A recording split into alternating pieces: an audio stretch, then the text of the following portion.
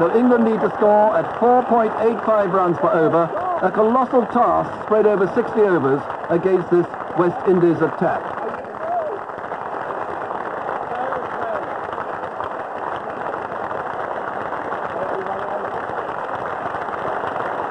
But even so, they open with Boycott and Brearley, neither of them fast scorers. And after 6 overs, they're already well behind the clock. Only 8 runs on the ball.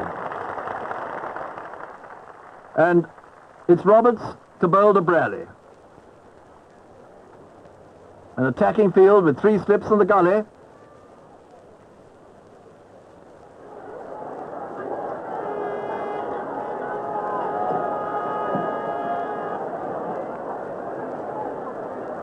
Roberts from the pavilion end. And that's a fine 4 by Brearley. A fine off drive, 4 all the way. Beautiful stroke. Roberts again. Oh, and unusually for Brearley, a hook to square leg for 4. A splendid hook, that.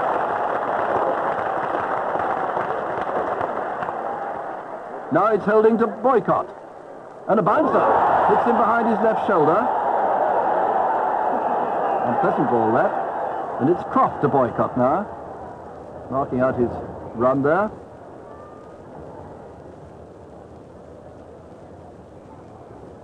Not so fast. Croft.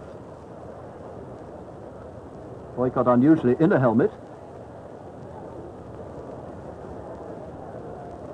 Tries to hit it there on the leg side, and appeal from catch of the wicket by Murray, turned down by umpire Barry Mayer. And Clive Lloyd brings up Garner, the giant Garner, to bowl to Brearley. Ooh, a nasty blow in the box, very painful.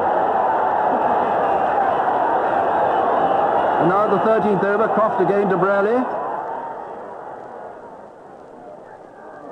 Oh, and once again he shows what a good hooker he can be. Another 4 to the mound stand. But Brearley and Boycott are obviously worried by the inability to score faster. And it's Croft again to Brearley. And he's dropped. He's dropped by Lloyd of all people at first slip, and he gets a lucky 4.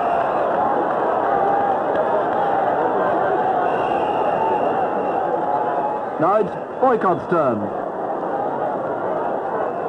And he goes for a hook, and although it's uppish, he gets 4 from that hook. 4 to Boycott. Uppish but safe. Then King comes on just before tea. Bowling to Brearley. A classic off drive. 2 extra cover for 4, and a tea after 25 overs. England are only 79 for 0. But afterwards, try as they may, Brearley and Boycott can't score fast enough off the innocent-looking slow bowling of Richards. Runs come mainly in singles to a defensively placed field.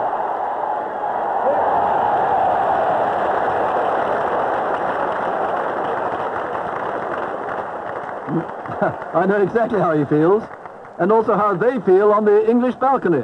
Frustrated stroke players eager to go out into the middle and get on with it. 2 overs later, here's Richards about to bowl to Brearley, chewing away there.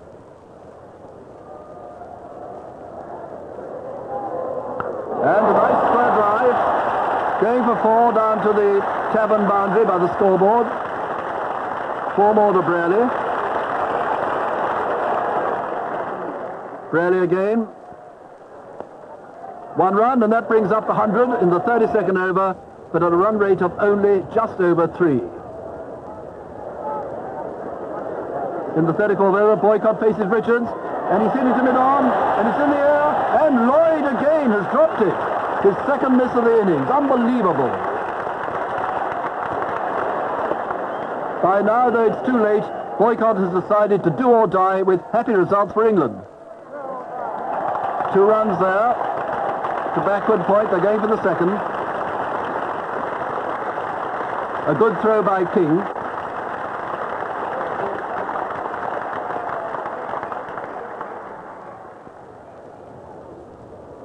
Boycott again.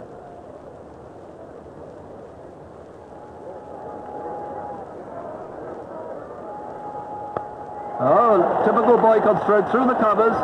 4 runs up to the grandstand.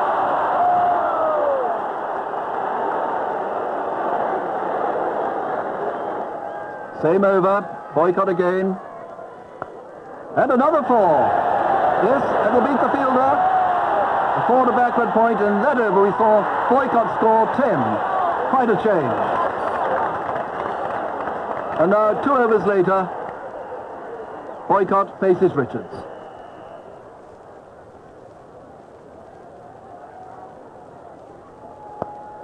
You get one, that's his 50.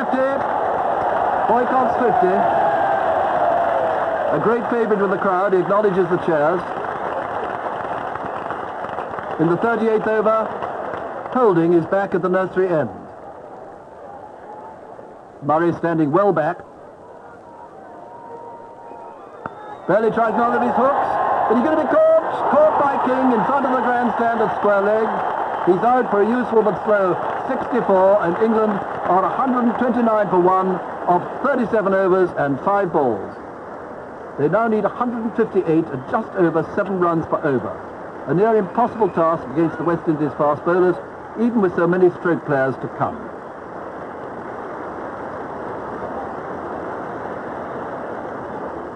But as soon as Randall is in, there's a proper sense of urgency.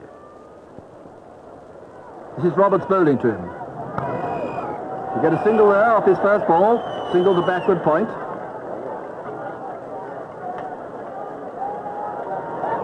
Vast crowd in the sunshine.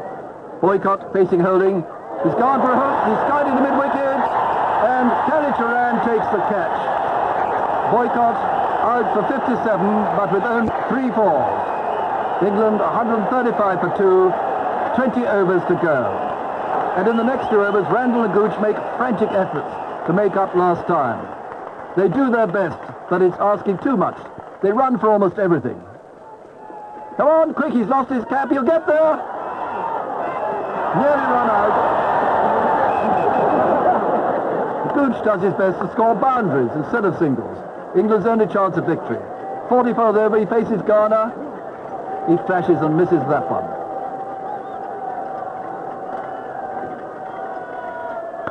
That's more like it.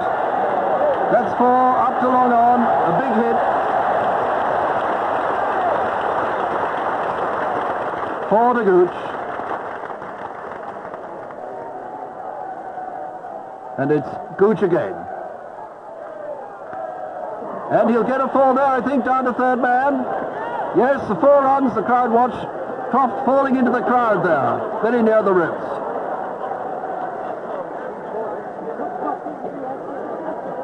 Croft comes back into the centre of things to bowl.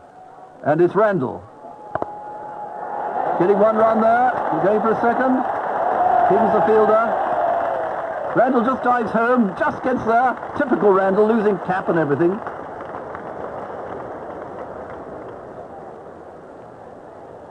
Nails being put on.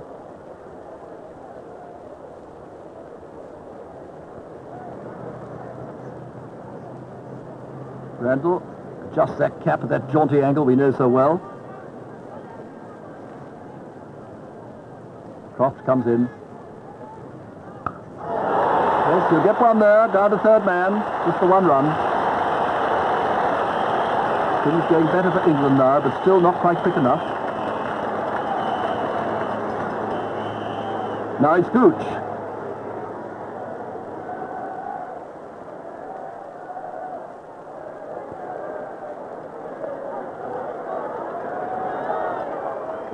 Oh! And he endangers the lives of the beer drinkers with this bouncing 4 into the tavern. A fine hit.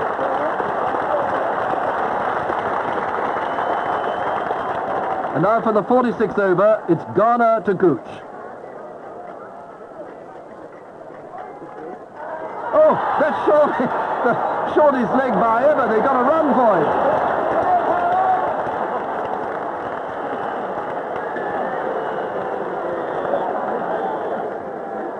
There's no stopping Gooch now.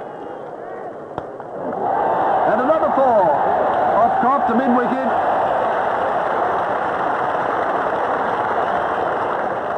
Four more runs. There's a fielder there. Good hit, but just the one run to long on. But it's asking too much of the batsman. They're having to swing at everything. Here's Randall. Oh, and he pays the penalty. Bowled neck and crop by Croft for 15, and he's consoled by Gooch.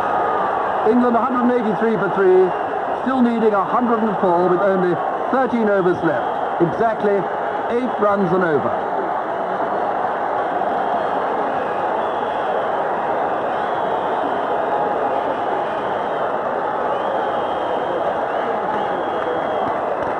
Now in this next over, here's Garner, bowling from the nursery end. And he bowls, plays over a Yorker, Gooch is out for a bright 32 runs, and England 183 for 4. Well played, Gooch.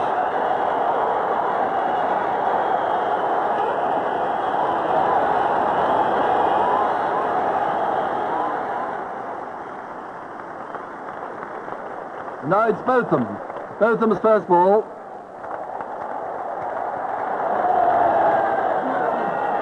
Garner comes up.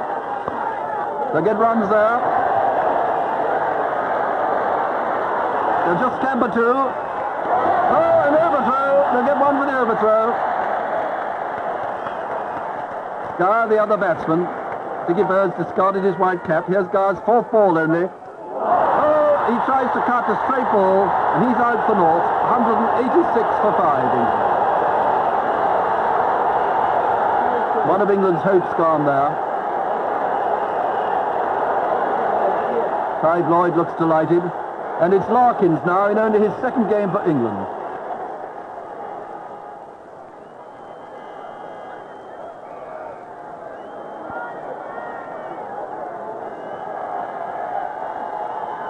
Oh, another Yorker. He's out, bowled leg stump, out first ball. So he qualifies for the primary club. 186 for 6. Magnificent bowling by Garner. Edmonds joins Botham, and here he's facing Croft. He'll get a single here. Nearly tripped up the bowler. Botham, England's last real hope. Now tries to hit a 6 into within and over long on. Richards running round. He's caught it. A super catch. No wonder he looks pleased. Botham caught there for 4, and England 188 for 7. 12 overs to go. What a super catch.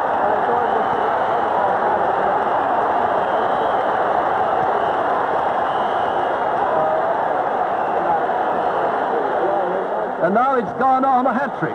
Edmonds is the batsman.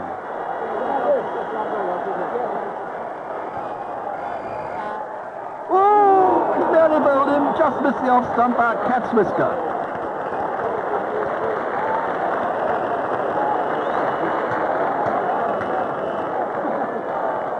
This is Old's 2nd ball.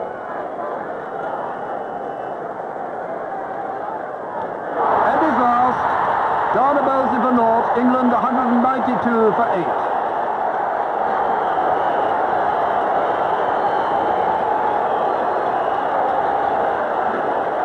Superb piece of bowling by Garner. Crowd going mad. Now it's Garner to the new batsman Taylor. He's touched it. Murray catches it. Taylor's out first ball. 192 for 9. Congratulations all round to Garner on another hat-trick here.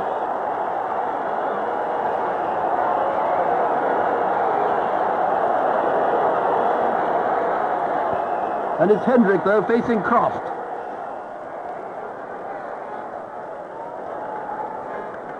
Oh, and it's a wide. At least the score goes up by 1.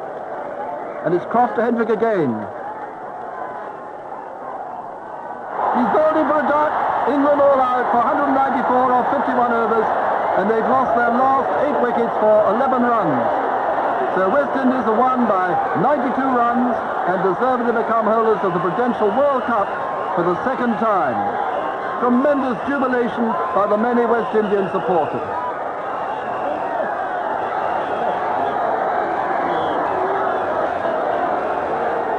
And Mr. Ronald Owen, chairman of Prudential Assurance Company, presents the winning captain, Clyde Lloyd, with the magnificent Prudential Cup. There's Mr. Charles Palmer, president of MCC.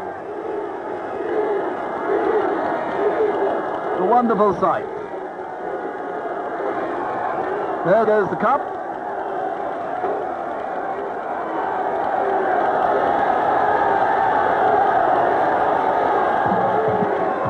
And Mr. Owen also hands Lloyd a cheque for £10,000.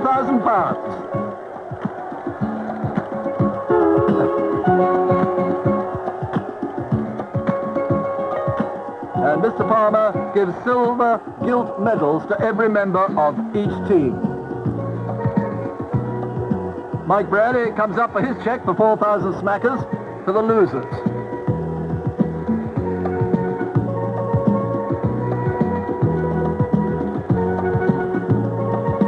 A happy-looking West Indies team and an even happier V.Richards rightly made the £300 man of the match. So the second Prudential World Cup final is over, with once again some great cricket played in glorious sunshine before a packed Lords. Let's hope it's third time lucky when the World Cup takes place again in 4 years' time.